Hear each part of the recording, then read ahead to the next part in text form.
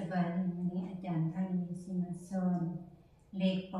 .5 คือเก่าเนาะหน้า134นะอัตราส่วนเลขค่าของอัตราส่วนต่อเนาะเราเรียนเมื่อวานนี้มันยังบ่ทันเมื่อในบทนี้เนาะก็ได้นำต่อมันยังไม่ได้เนาะข้อหนึ่งใหญ่เนาะจงโซ่5ค่าของอัตราส่วน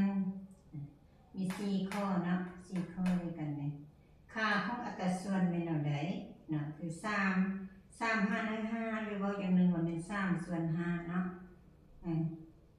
3/5อัตราส่วนระหว่าง3และ5นะมีค่าของอัตราส่วนแม่นมาเฮาเปลี่ยนเลข5เป็นเลขส่วนนะอันนี้เป็น3/5เป็นค่าของอัตราส่วนตัวนี้เนาะตัวนี้ย่อบ่ได้อย่างเดียวเลยในข้อ2บัดนี้40อัตราส่วนระหว่าง45กับ25มันมีค่าแม่นแต่ก็เอา45ส่วน25เนาะแต่อันนี้เราสามารถคัดย้อนได้เนี่ยเขาก็คัดย้อนออกมา45เท่า5 9 45นี่25กับ5คูณ5เนาะคัดย้อน5กับ5ได้ถึงกับลงเหลืออยู่9ส่วน5อัตราส่วนระหว่าง45กับ25แม่น9ส่วน5ที่ว่าเขาคัดย้อนออกมาแล้วเนาะเป็นเลขส่วนง่ายได้ข้อ3อัตราส่วนระหว่าง 1.2 กับ9มีค่าอัตราส่วนแม่นเอา 1.2 มาหาร9แล้วมันเป็นเลขจุดเฮาเฮ็ดบ่มันเป็นเลขจุดเฮาคูณด้วย10จะย้ายจุดมา1ตัวเลขเนาะคูณ10อยู่เทิงก็คูณอยู่ลุ่มนำนี่ก็ได้12ส่วน9 10ย่อคัดย้อนลง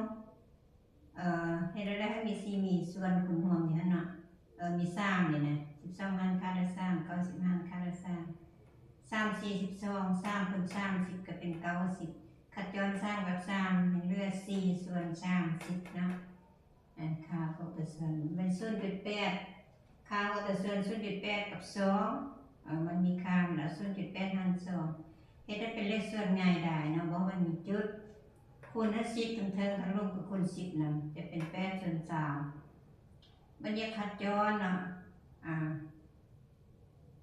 483คัดย้อน4กับ4ได้เหลือ2ส่วน5นะ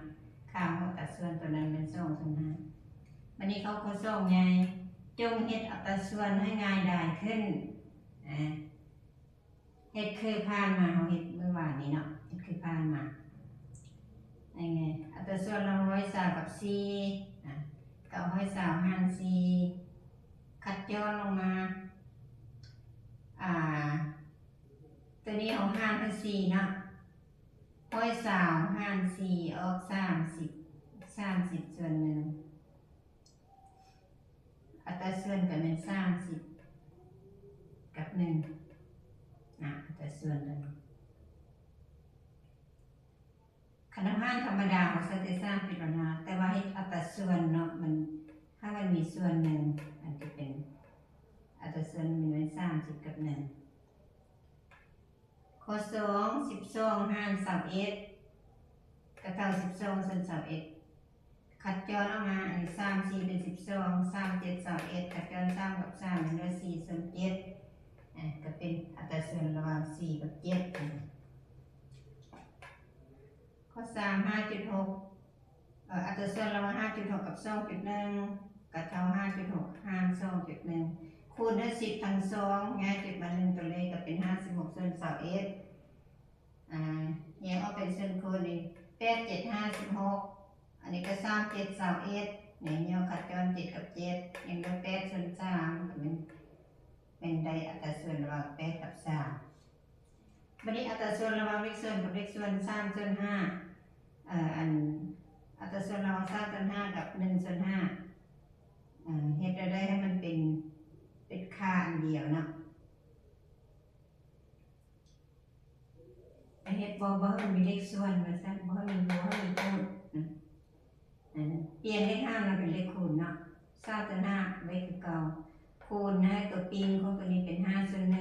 1เป็นเลขคูณแล้วสามารถคัดย้อนได้ทั้งเทิงกับทั้งนู้นเนาะ5กับ5 5นะ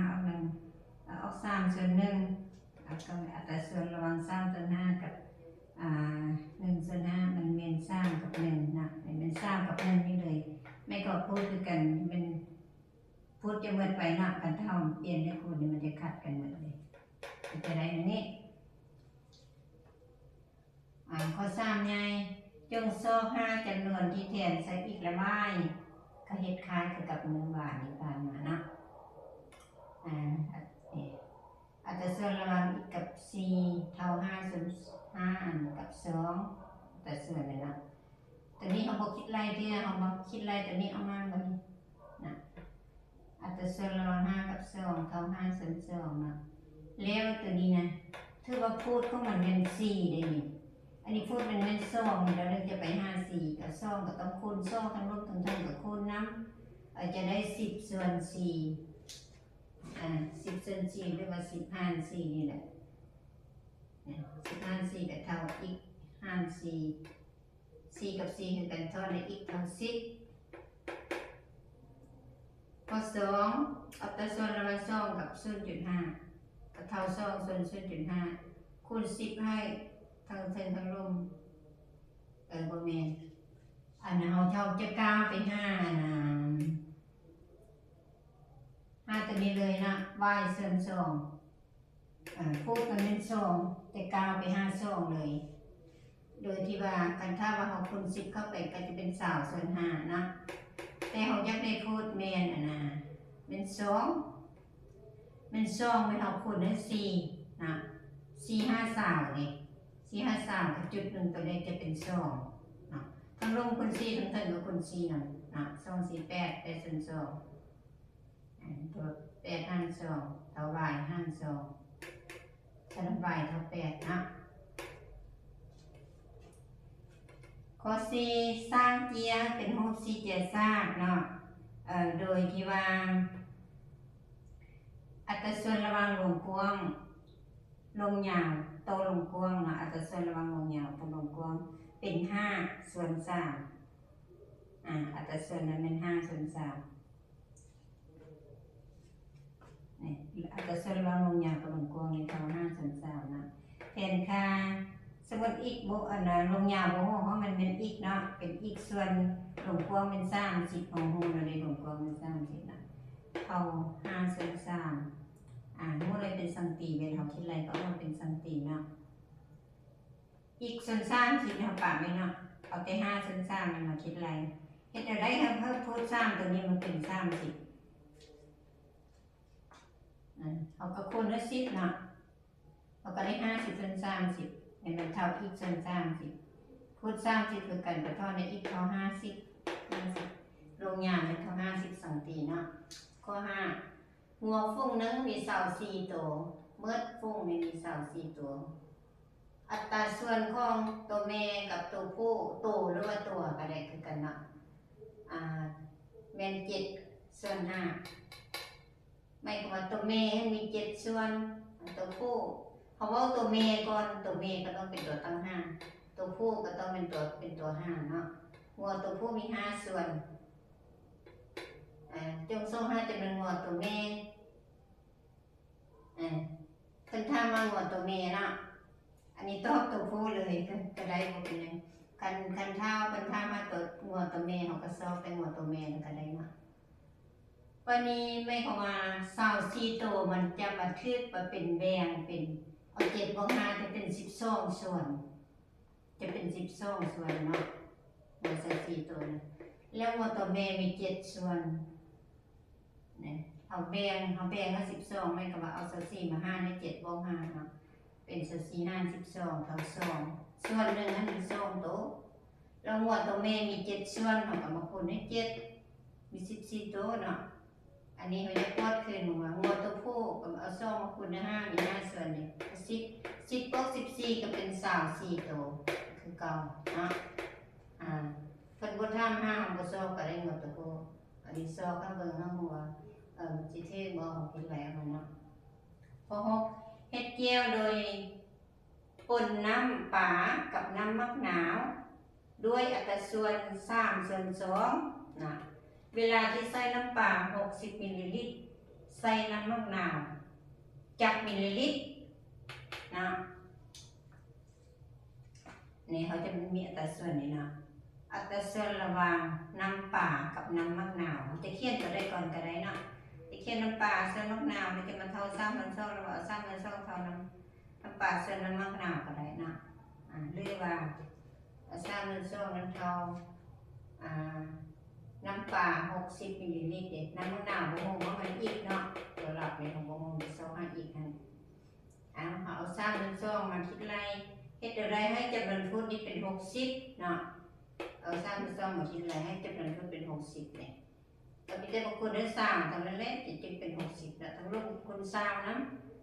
เอาเป็น60ส่วน40ในมันกำเท่า60ส่วนอีกนี่60คือกันฉะนั้นพูดก็มันก็คือกันนะก็อีกคันเท่า40อีกเท่า40 มิลลิลิตรแม่ก็มันจะเอาน้ำมะนาวเนี่ย40 มิลลิลิตรไปเที่ยวนะข้อ7วันนี้แบ่งเข้า10 กิโลให้ลุงกับอาด้วยอัตราส่วน3ส่วน2แต่ละคนจะได้จับกิโลอันนี้กระดานบ่พอก็เลยบ่ได้แต้ม6นะการแบ่งของกสิคายคือกับข้อมูลนี่นะเขาจะมาคิดหรือเป็นทั้งหมดเป็น5ส่วนนะเป็น5ส่วนเราเต็ม5ส่วนแล้วก็เอาลุงมันจะได้3ส่วนอาจะได้2ส่วนก็ไม่ก็ว่าเอา10 กิโลนะมาห้านให้มาปั่นนะเป็น5ส่วนเนาะ3 บวก 2เนี่ยมันเป็น5ส่วนแบ่งเป็น5ส่วนทั้งหมดนะแต่ละส่วนมันจะออก2 กิโลเนาะวันนี้ลุงได้เข้าจากกิโลลุงเขาว่าลุงก่อนนี้เป็นแบ่งเข้าให้ลุงกับอาก็แสดงว่าลุงมันเป็นส่วนตัวยุกรนี่เป็นสร้างเนาะนี่มันจะเป็นส่วนเอาซ่องตัวนี้มาคูณให้สร้างเป็นของลุงได้6 กิโลเอาซ่องตัวนี้มาคูณซ่องตัวนี้มันจะได้เป็น4 กิโลร่วมเข้ากันมาแล้วก็เป็น10 กิโลนะเอาพยายามเจอหลักการเข้ามาในการแก้พยายามเจอนะ